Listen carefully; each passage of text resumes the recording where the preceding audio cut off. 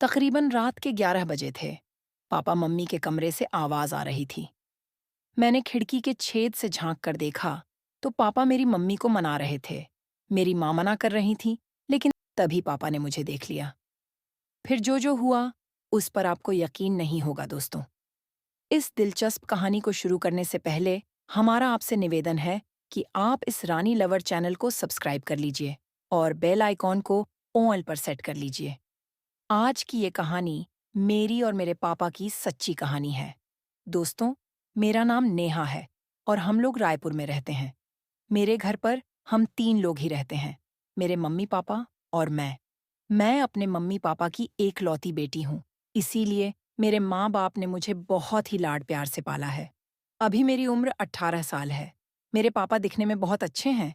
उनकी उम्र अभी 40 साल है, लेकिन वह बिल्कुल लड़कों जैसे ही लगते हैं। मेरी मम्मी की उम्र 35 साल है। मेरी मम्मी दिखने में बहुत ही ज्यादा सुंदर है। वह एक सिंपल और एक साधारण महिला है, जो अपना ज्यादातर समय किचन में और घर के बाकी कामों में ही निकाल दिया करती हैं।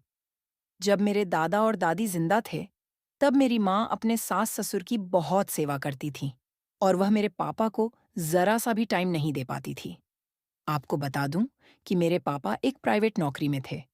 हम लोग मिडिल क्लास फैमिली से बिलोंग करते थे, लेकिन हमारे घर में सारी सुख सुविधाएं मौजूद थीं और किसी भी चीज की हमें कमी नहीं थी।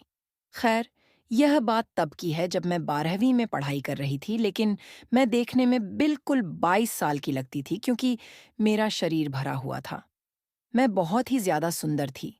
हर कोई मुझे अपनी गर्लफ्रेंड बनाना चाहता था, लेकिन मैं किसी से बात नहीं करती थी। एक रात की बात है, जब हम सब लोग खाना खाकर अपने अपने कमरे में सोने के लिए चले गए। मैं भी अपने कमरे में सोने चली गई, लेकिन मुझे नींद नहीं आ रही थी, तो मैं करवट बदलकर अपने बेड पर सोने की कोशिश कर रही थी। तभी मुझे ऐसा लगा कि मम्मी पापा के कमरे से कुछ आवाज आ रही है। मुझे लगा शायद वह लोग आपस में लड़ाई कर रहे हैं। मेरा कमरा भी मम्मी पापा के कमरे से सटा हुआ है और दोनों कमरों के बीच एक पुरानी खिड़की है। मैं पहली बार अपने मम्मी पापा को ऐसे लड़ते हुए उनकी आवाज सुन रही थी, इसलिए मेरा दिल घबरा रहा था कि आखिर वह लोग इतनी रात में क्यों लड़ाई कर रहे हैं। मैं यह बात जानना चाहती थी, इसलिए मैं तुरंत अपने बेड से उठी और बाहर उनके दरवाजे के पास जाकर उनको देखने की कोशिश करने लगी, लेकिन दरवाजा बंद होने के कारण मैं कुछ देख नहीं पा रही थी। तभी मुझे याद आया कि मेरे रूम में खिड़की है जो मम्मी पापा के कमरे से जुड़ी हुई है और अधिकतर बंद ही रहती है। वह खिड़की बहुत पुरानी थी, इसकी वजह से उसमें बहुत जगह छेद और दरारें थीं। फिर क्या था, मैंने अपने कमरे की लाइट बंद कर दी और उस खिड़की के पास जाकर उसमें से झांक कर देखने लगी। खिड़की के फाटक के एक छोटे दरार से मुझे उस पार दिखने लगा। दोस्तों, अंदर का नजारा देखकर तो मेरे होश ही उड़ गए। मैं को मना कर रही थी। मम्मी बहुत ज्यादा थकी हुई लग रही थीं। तभी मेरे पापा गुस्से में करवट बदलकर सो गए और मेरी मम्मी भी सो गई।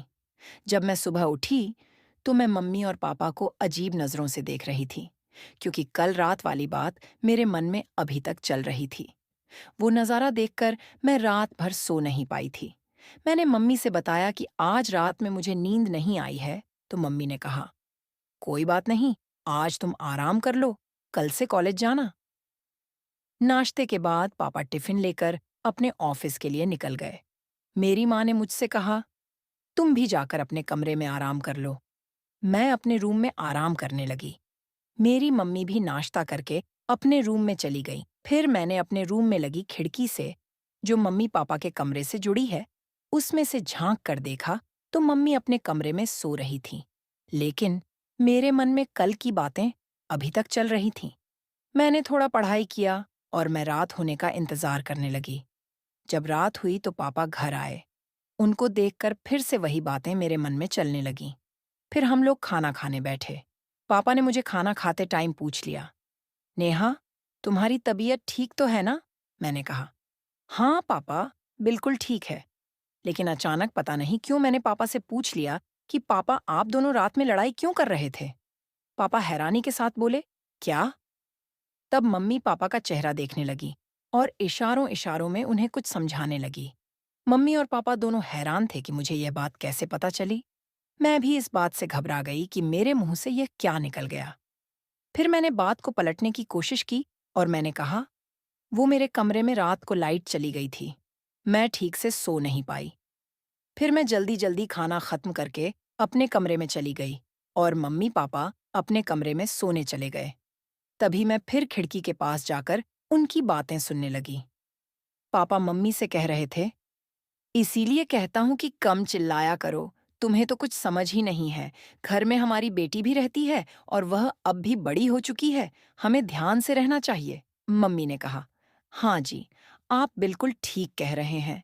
कल के लिए मुझे माफ कर दीजिए। मैं खिड़की से झांकने की कोशिश करने लगी, लेकिन मुझे ठीक से दिख नहीं रहा था तो मैंने खिड़की के फाटक पे हल्का सा हाथ लगाया। वो खिड़की का फाटक बहुत पुराना था और पूरी तरह सड़ चुका था, तो जैसे ही मैंने उनके कमरे में झांकने के चक्कर में हल्का सा उस पे हाथ लगाया, वो फाटक धड़क से टूटकर पूरा अलग हो गया। कमेंट में सिर्फ पार्ट 2 लिख दीजिए, जिसके बाद मैं इसके आगे की घटना पूरे विस्तार से दूसरे वीडियो में बताऊंगी। इस वीडियो को एक लाइक कर दीजिए, जिससे मुझे इसके बाद का वीडियो बनाने के लिए मोटिवेशन मिलेगा। और अभी तक इस रानी लवर चैनल को आपने सब्सक्राइब नहीं किया, तो प्लीज़ कर लीजिए, क्योंकि यहाँ मैं अब ऐसी-ऐसी कहानियाँ सुनाने वाली हूँ, जिसे सुनकर आपको बहुत राहत मिलेगी। मेरी ये कहानी सुनने के लिए शुक्रिया।